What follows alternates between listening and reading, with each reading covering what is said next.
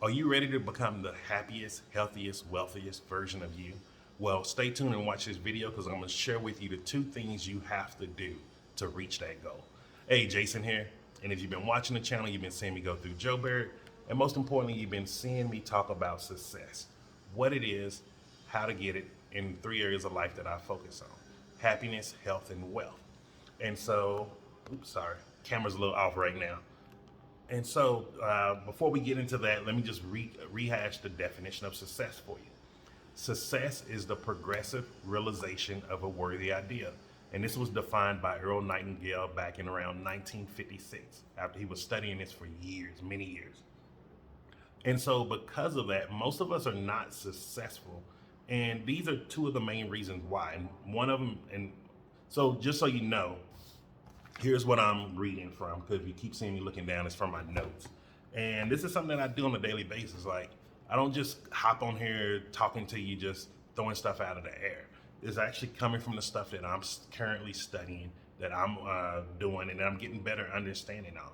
Because the more you understand something, the more your awareness is to it, and the better you can apply it to your life. And so this comes from the program with Bob Proctor and Mary Morrissey,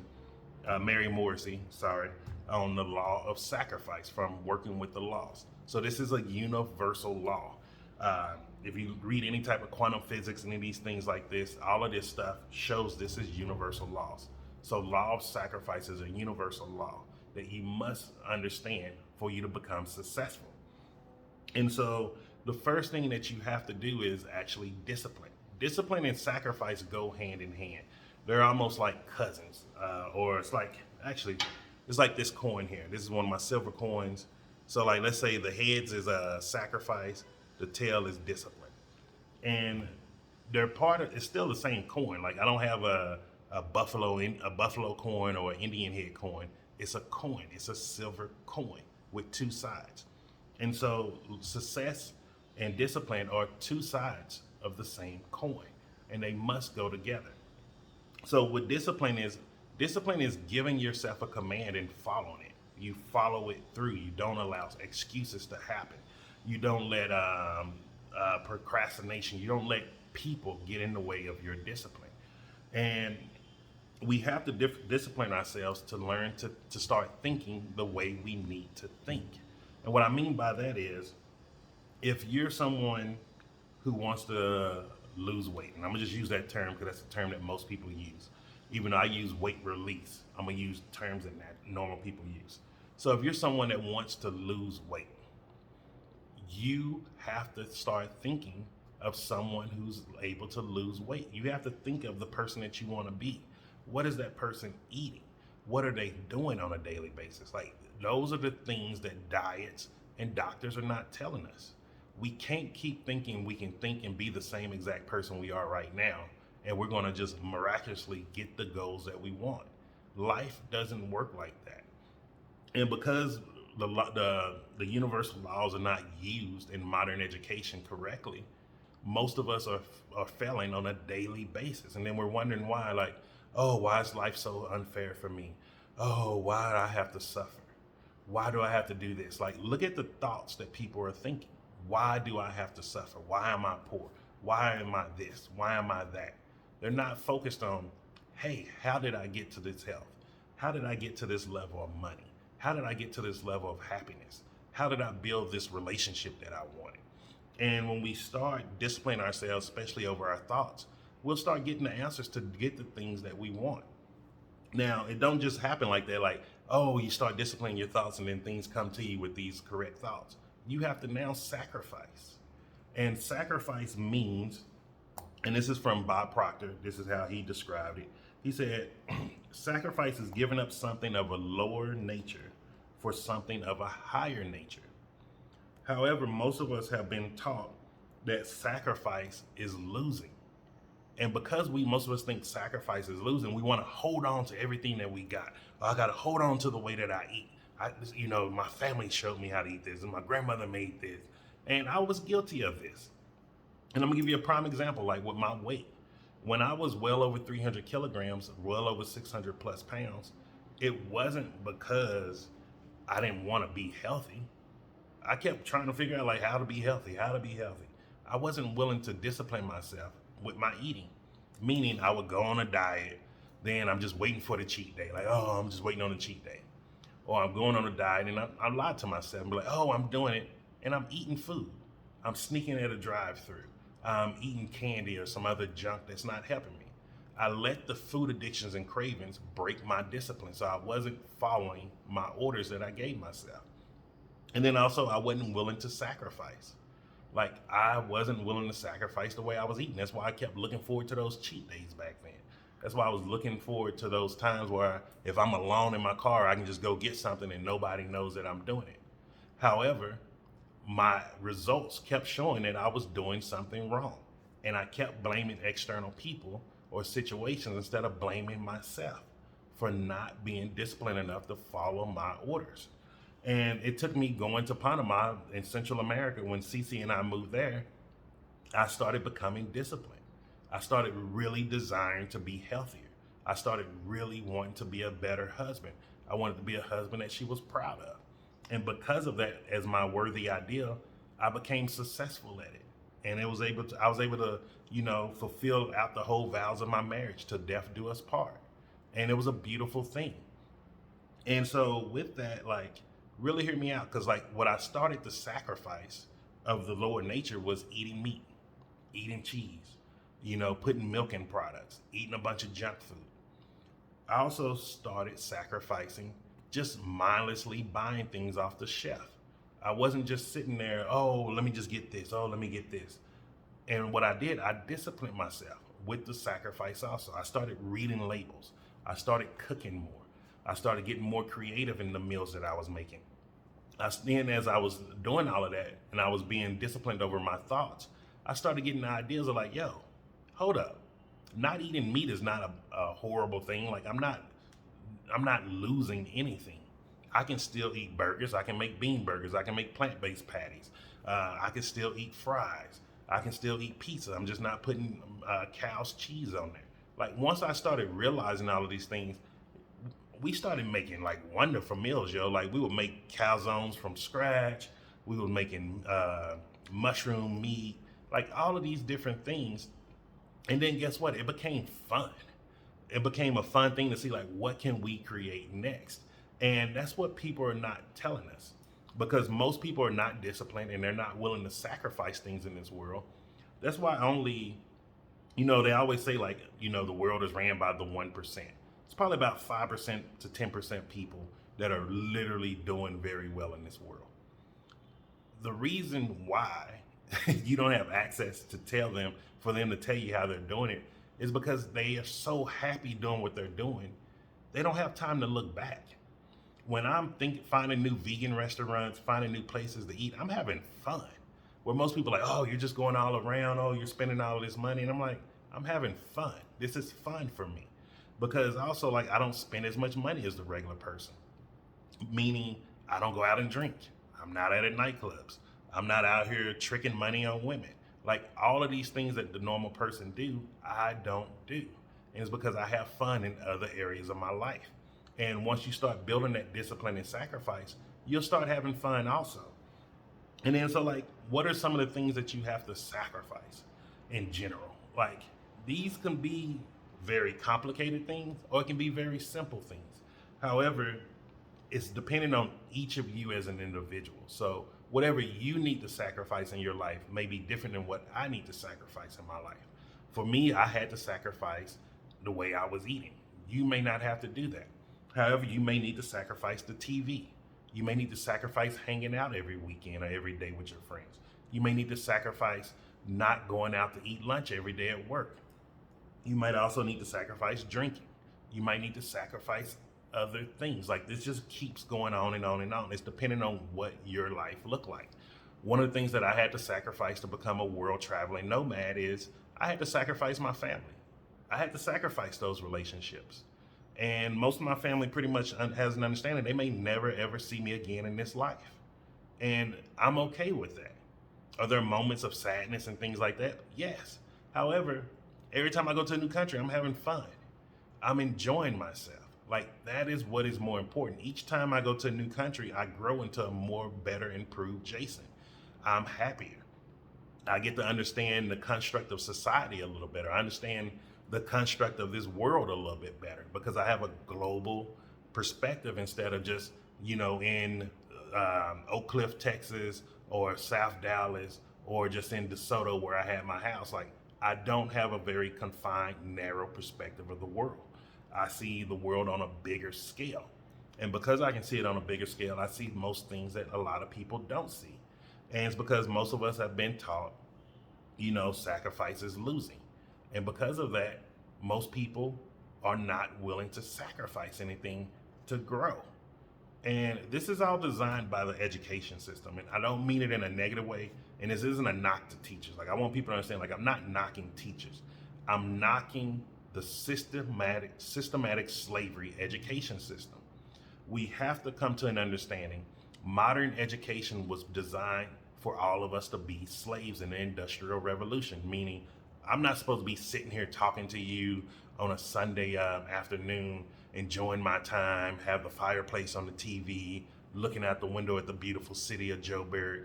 I'm supposed to be in an assembly line, putting together some car parts or putting together some bottles or something. And I'm supposed to be doing that for 10 to 12 hours a day. That is what the modern education system was designed for. It was not designed to help us become free. It wasn't designed for us to become rich. If so, why are our teachers not rich? And think about this. How can someone teach you something that they have not yet achieved? Let's go to the universities. Let's not look at elementary schools or the primary schools. Let's go to the universities. How many professors are teaching business and they don't have a damn business? How many professors are teaching stocks and they don't even know how to invest in stocks? How many professors are teaching you about health and they have no clue about health? They're still getting sick every day. How many doctors are telling you what to do for your health and they look like crap?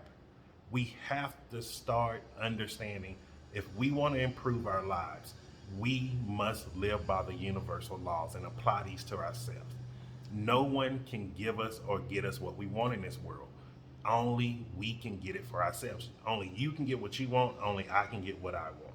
And that is the thing that most of us don't understand. And it goes between not understanding discipline and sacrifice for what it really means. And because we don't understand what these words really mean, we're not getting anywhere. We're just ambivalent. We keep telling ourselves, oh, I want this, and thinking, oh, it has to come to me the way I am. The mindset that where we're at today can only give us the things that we're at today. It can't give us the things that we want. To get the things that you want in life, you have to change your mindset. And let's just take it to a very, very simple form that everyone can relate to. Let's look at a baby. For a baby to learn how to walk, their mind starts thinking differently. The mind starts saying, I don't want to crawl. I don't want this person picking me up anymore. If you really just watch the habits of a baby, they're becoming independent. Their mindset is telling them, I want to be more independent. First, they may start pushing you off, like, no, I can do this on my own. Then they're trying on their own. Then they be like, okay, give me a little help. Then once they're sturdy and they got it on their own, they don't want your help anymore. This is why most people don't understand why kids become independent or they go through that so-called terrible two stage. It's them developing their mindset because they want to start growing. They want to go faster. They want to move, improve, and be better. And as adults, we've got stunted from this because we feel like, oh, I've arrived. I'm here. Accept me for me. And I was guilty of this, yo. And that type of mindset was detrimental to me. It was detrimental to my health, literally. I wasn't a happy person. I couldn't do anything in life. I was broke the whole time. And I was miserable. Like, that's what made me almost go to the point where I wanted to kill myself. And, thank God that certain circumstances came up that made me have to look at option B. But look, who's talking about this? Who is telling this stuff? Who's being honest about it? So many people out here, oh, fake it till you make it, fake it till you make it. Oh, you get this system, you can get rich. You're not going to get rich off of it with the mindset you're in right now. You can only keep obtaining the same things you have. So let me give you an example with money. Most people always say, oh, I want a job. I want a business. I'm sorry. Oh, I want to start my own business. Oh, I want to do this. I want to be rich. I want to be a millionaire. Or what was that thing I was seeing last year? 2023 billionaire in the making. And you know how many of those people are not doing anything? Majority. Actually, the truth, about 90%. There are not very many people who's once the new year was rolling around, people were so hyped up, happy, and now they're just living their regular life because they weren't disciplined and they wasn't willing to sacrifice. And because of that, most people don't see the opportunities around them on a daily basis. Like if you're someone that say you want to start a business, get into a multi-level marketing company. Yes, network marketing. Get into network marketing. It is the easiest opportunity for the average ordinary person without a lot of money to start a business. So you're not paying upfront taxes and permit fees. You're not paying upfront fees to start supplying and doing all this stuff. All of that is provided for you for a low monthly cost. And that is what those companies are made for. They're made for the average ordinary people like us, me included. I do network marketing stuff even to this day. I will never stop doing it because it's a great opportunity for people who want or need to start out into learning how to earn income outside of your job. But the problem with that is, and this is where most network marketing goes wrong, people think that, oh, I can just keep the mindset that I have right now. I can go talk to 5 people and I'm going to start making $1 million. That doesn't work. It's a lie. You have to put in the work. But the first part of the work that you need to start putting in is you need to, one, sacrifice a little bit of money to start a business. So that's why I say start out with a network marketing or MLM. And there's tons out there. If you're not into health and wellness stuff, don't get into health and wellness. If you're not into financial literacy stuff, don't get into those things. If you're not into the education MLMs, don't get into those. Get into the one that works for you. Guess what? I'm Jason. I'm in a health and wellness MLM. I'm also in a beauty MLM. I use beauty products. I use stuff for my skin. I use cleansers, all of these type of different things. Now, if you're not someone who is prissy as me, don't do that. Like, let's say if you're a car person, there's car MLMs out there. Like, you have to start looking and accept the things that are out there for you, and just stop thinking, oh, this is it. This is it. There's nothing else. We have to discipline ourselves to keep looking. If you make a commitment that you want to start a business, you have to keep looking. Just because the first 5 or 10 things that come your way is not what you want, you don't stop. That doesn't mean, oh, this is it. This is the end. I've exhausted all my resources. You haven't. I guarantee you haven't. And then let me tell you this. I wrote this down. And this is one of the reasons why I think sacrifice is so hard for people. And I really want to talk. We've all been taught the lowest form of sacrifice. And what I mean by the lowest form is we trade our time for a paycheck. All of us have done it. All of us are doing it. I've done it plenty of times. I traded my life for the military. It was one of the worst sacrifices I made. Turned out to be one of the best sacrifices I made. It helped me get to where I am today. However, if I was to do it all over again, I would never do it, point blank. And I'm not even going to lie to you, but I'd be like, oh yeah, I would do it again. No, I wouldn't do it again. I would not do it again. I would not go to war again. I would not put myself through that misery ever again if I had a second shot to do it. But however, because we're taught that lowest form of sacrifice, we think that's what sacrifice means for everything. And because of that type of thinking, we're only focused on, I need to have fun. I need to have fun. Oh, I got to go do this. Oh, it's the weekend. I'm finna turn up. It's not the right attitude, and it's not the right discipline to be thinking. You have to start realizing to get your time back, you have to start sacrificing that little bit of extra time that you have when you're not at work. The way I first started with it was when I first, while I was still working at the post office. At that time I was working 2 jobs. I was working at the post office and at an auto parts shop called O'Reilly. And then I was doing private security at night at some nightclub sometime. Or I would do private security for some of the rich people that I knew in Dallas. I started out midnight, from like midnight to 2 in the morning. I would watch shows around money. It was called Susie Orman's. It was the Susie Orman show, and it was a Canadian show called Till Death Do Us Part. And it was about the Till Death Do Us Part was about couples managing finances. And Cece and I, we would watch it every weekend at midnight. She would wake up, I would come home from working, and that's how we started out. We started out with that little bit of time, and then look at where I'm at today. I'll say realistically, I have about 18 to 20 hours of my time. And the reason why I don't have as much now is because I'm putting a lot of my time into reaching the next level. So like there's levels to it. And also when you grow, there's not an end like, oh, I'm here. Because sometimes when people see me doing these videos, you're thinking like, oh, he has everything worked out. He knows everything. He's just living the perfect life. I'm still growing. I'm still becoming a better person. I'm still learning more.